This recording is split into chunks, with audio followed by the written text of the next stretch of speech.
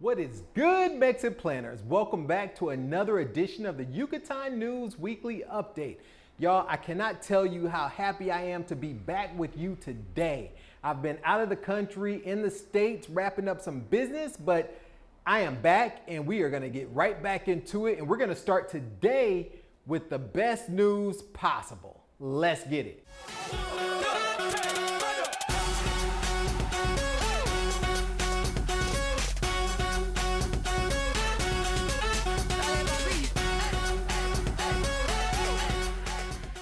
Today, I'm gonna do something a little differently. Normally, I would start you off with an update on previous stories, but today, this news is so exciting, I'm gonna share it with you first. So we are now, for the first time since the pandemic, in Semaphore Green, which is the green traffic light.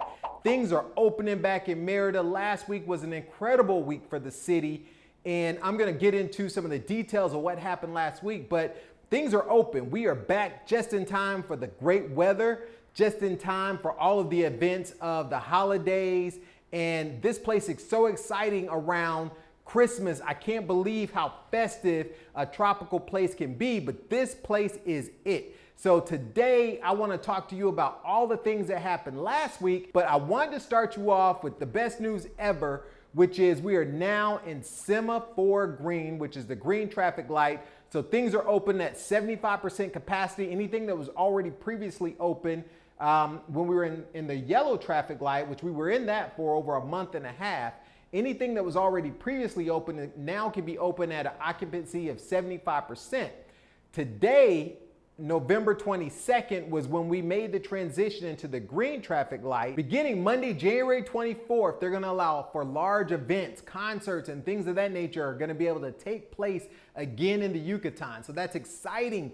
So we are full steam ahead back into getting the economy reopened, protecting everybody, and it's just amazing to see Merida come back to life. So if you were ever planning to come to Merida, now is the time. We've been shut down for almost 2 years, but now we're back. So come on down to Merida, check it out, do your exploratory visit, make your MexitPlans, go ahead on and move. We're here.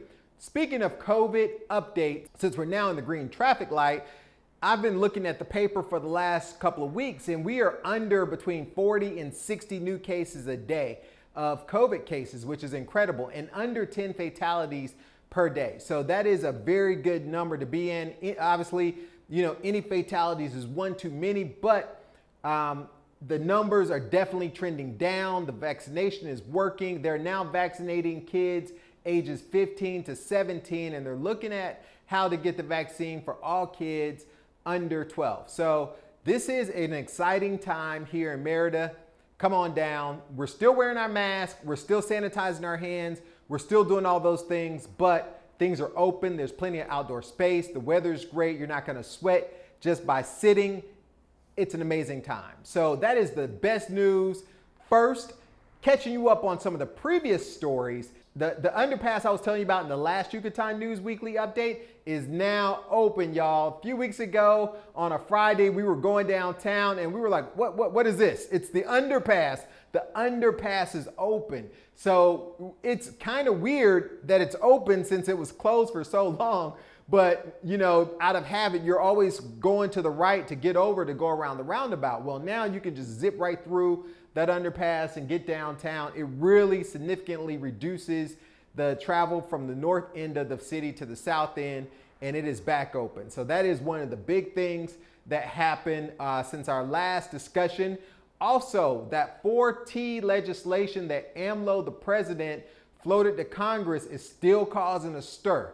General Motors, which has plants here in Mexico, said, look, we're not even sure if you guys are in the right climate for further investment. In fact, we may pull what we've already invested in Mexico right on out because your goals of this giving CFE the ability to basically burn coal and fossil fuels and ignore clean energy is against our initiatives of zero emissions. So General Motors is like, y'all need to reconsider this 4T legislation. You need to get your act together, or we're going to pull our money out and invest it in the US, Brazil, China, or Europe are some of the options that we're weighing right now. So big companies are talking to Mexico saying, look, Think about this and what impact that might have on your economy right now. In fact, speaking of the economy, the peso to dollar is over 21 to 1. So 21 pesos equals $1. You know, not since pre-pandemic or not since the beginning of the pandemic have we seen an exchange rate so high. Before, during the pandemic, it got up to 25 to 1. Right now, it's 21 to 1. So $1 equals 21 pesos, which is great for your buying power if you're buying or exchanging pesos to dollars. This is going to have an impact on the economy here if Mexico doesn't really, you know, plan this out and strategically do this and take into account all the companies that are already here. So moving right along to our next story, last week was Buen Fin, which is the equivalent of Black Friday here in Mexico. Buen Fin here lasts for an entire week. I actually caught some really good sales. I got some new pillows. I got a Christmas tree at almost 50% off. So I caught some really good sales right before the holidays. Buen Fin is a big thing here. Stores typically run out of items. There's a lot of hubbub about you know, false advertisement and things of that nature because the deals are so good. So Buen Fin is a big thing here in Mexico. It was expected to generate sales of over 7 million pesos, which is roughly about 350,000 US dollars for the week. So that's a great stimulus for the economy. You can definitely tell the economy is picking back up here. And in fact, before we went to semaphore green today, I was actually gonna say, man, it is definitely starting to feel a little greenish, but we're here. We're already back in the semaphore green. So that definitely, I could see it last week doing Buen Fin. I can definitely see it this year. It's almost, I was talking to my barber and he's like, yo, I guess it's all the pent up demand since in 2020, we didn't have a Buen Fin. People were told to stay in their houses. So this year, people are definitely out spending the money and taking advantages of the deals. One of the craziest things here is that, you know, you see flat screen TVs flying off the shelves left and right for Buen Fin. So that was last week, and you could definitely see the economy starting to pick back up based on that. Tourism. Tourism has really been the talk of the town. Last week, they had the Tanguis Turistico, which is the tourism expo that happened here in the Siglo Center, which is our great big old convention center here in Merida. Now, this is a huge deal for Merida. This was the first time that this has been hosted since before the pandemic. It was the first time that the president, AMLO, got to attend because it was canceled in 2020. And so this year was the first time that he got to kick off this tourism expo, which is for the entire country. It's to showcase what's special and unique, tourist worthy of each location. So there were folks here from Jalisco pumping Puerto Vallarta. There was folks here from Oaxaca and Quintana Roo, Cancun, and the Riviera Maya. All the different places that you could think of that tourists like to go to, and even places you may not have thought of before for tourist attractions. They were there to showcase their wares to people in the travel industry. To give you some indication of who was there and the volume of this event, the president flew in town to kick off the Tanguis Turistico, which is the expo, and it ran from November 16th through November 20th. So it just ended on Saturday was the last day. It had over 1,500 buyers from 954 companies from 42 different countries. So these are folks that are buying tourist packages, that are buying, you know, lots of hotel blocks and things of that nature. There were 936 different vendors from across Mexico, and they had more than 4,000 employees at this event. So this was a massive thing, right? Just in vendors and in buyers to consume all the tourist things. Now, you may not know this, but Mexico is expecting 31 million international visitors in 2022. In a country that has 120 something million people, they're expecting a fourth of the population to travel here for tourism. So that may be one of the reasons that, you know, this 180-day tourist visa thing that you've probably been seeing all over the internet. Let me explain that. So before, when you would fly into Mexico, you did not need to get, you know, a visa before you got on the plane. Your visa was actually handed to you in a form called the FMM, which is the Forma Migratoria Multiple. That form is what you filled out on the plane, and as a tourist, you were given almost 180 days automatically. Well, I'm here to tell you, and you've probably seen it in other videos, that that is no longer the case. In fact, when we flew in this week, they were asking folks that were tourists, they didn't ask us because we're residents and they knew we were residents, but they were asking folks that were tourists, how long you plan to stay? Where are you staying? Let me see your hotel reservations. When is your departure flight? So they're giving you the amount of time that you tell them that you're gonna be here. And if you're only saying I'm gonna be here for a week or 2 weeks, or I'm just visiting, they're not automatically giving you 180 days. They're actually going through the process and asking you questions, and depending on who you are and what you say determines, well, it doesn't determine, but it has an impact onto how many days you get. The determination is strictly up to the immigration agent that's asking the questions and conducting the interview. So 180 days, folks that are living here and going back and forth every 6 months, that pretty much is a wrap. And if you're planning to move to Merida or move to the Yucatan or just move to Mexico, period, make sure that you have your house in order and that you apply for residency beforehand. Okay, enough of the preaching, but Mexico, that might be one of the reasons why they're no longer giving out 180 days, because they're expecting 31 million people. Can you imagine if they gave 31 million people 180 days and then they all decide to stay? Well, that would, pretty much cripple what's going on here in the country. But they're expecting from those 31 million tourists to visit the country next year for them to spend $18.1 billion. So that is the main industry, or one of the main industries here in Mexico, is tourism. You have two sides of the country full of beautiful beaches. And so that is one of the main areas of tourism. They're expecting $18.1 billion or $583 per person that visits next year.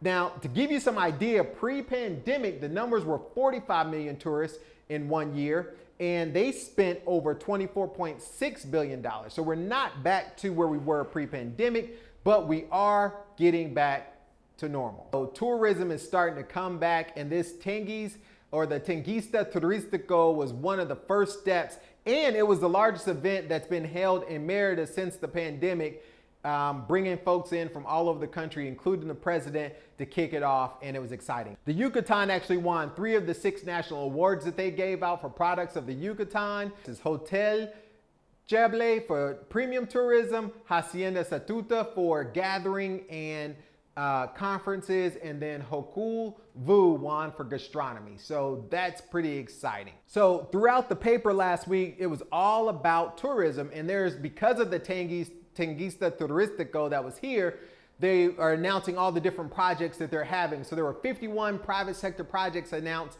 with an investment of over 7 million pesos, which is roughly $350,000, that will create more than 8,500 jobs. So 2 groups, Capital Mundo Maya and Puerto Maya, are responsible for these projects, these 51 projects that are happening. There will be hotels, restaurants, entertainment, transportation options, all creating jobs. There was also an investment of $75 million by Grupo Ciclo for the Chichen Itza area. They're going to develop 2,000 hectares, which I don't know exactly how much 1 hectare equals 1 acre, but 2,000 hectares is a lot of land. And these are the folks that are responsible for the airport in Chichen Itza. Chichen Itza is obviously one of the most iconic 7 wonders of the world historic sites here in the state of the Yucatan.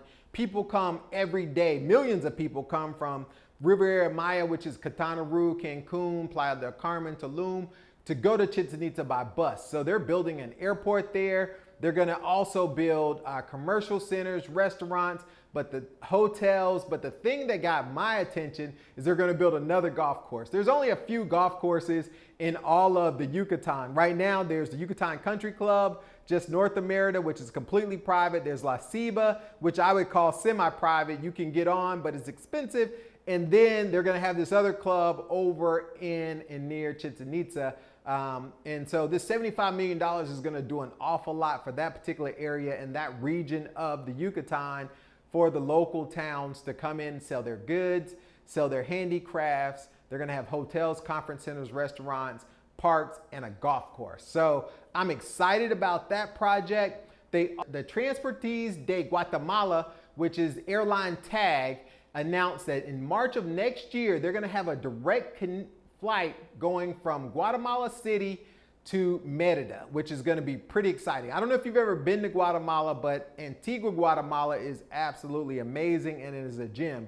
And so to be able to get from Merida to Guatemala City and then to Antigua pretty quickly is pretty exciting news. Now they're gonna start by operating 4 flights per week to Guatemala City. The flights will begin on a Saab 340 twin prop plane with 35 seats at first, but then they're gonna expand that to an ATR prop plane that has 72 seats. So this is gonna be 4 flights per week going directly to the capital of Guatemala from Merida, which is exciting. Now, of course, anytime there's a new flight path announced, that Aeromexico has to come in and say, well, don't forget that we have 58 flights weekly from Merida to Mexico City on Aeromexico and some of the larger planes. Generally, they're 737s, Maxes, and what have you, going from Merida to Mexico City. So right now, to get to Merida, which is, if I have to be honest, one of the biggest drawbacks from Atlanta, it's a 12-hour day. Almost, it doesn't matter how you go. But as a good example, there are only direct flights from Miami, Dallas-Fort Worth, and Houston. So Miami and Dallas-Fort Worth are on American, Mexico City on Delta or Aeromexico, and then Houston on United. Those are the only ways to fly into Merida directly. Now, Canada has a couple of options with WestJet that I talked about in my previous video, but if you're coming from, let's say, Atlanta, Georgia, in the United States, you can go American to Dallas or Miami. You can go United, which means you're going Atlanta to Houston, Houston to Merida, or you can go Atlanta to Mexico City to Merida. So all in all, from Atlanta, which is not very far, it's about a 12-hour door-to-door day. Just did it this week twice. And it is, you know, it's a long day. But I'm glad and I'm thankful. And the more that there's here, the Mayan train, the more that they're, you know, pumping tourism, Merida will again be on the radar of Delta Airlines. Delta Airlines used to have a direct flight from Atlanta to Merida. Maybe we'll get that back. You know, the more things open up, the more people want to come here to Merida. Maybe those things will come back. Thank you for all the feedback and reaching out about this segment. It's an absolute pleasure to do this for you. Until next time, this has been MexitPlans Monty. I'm out.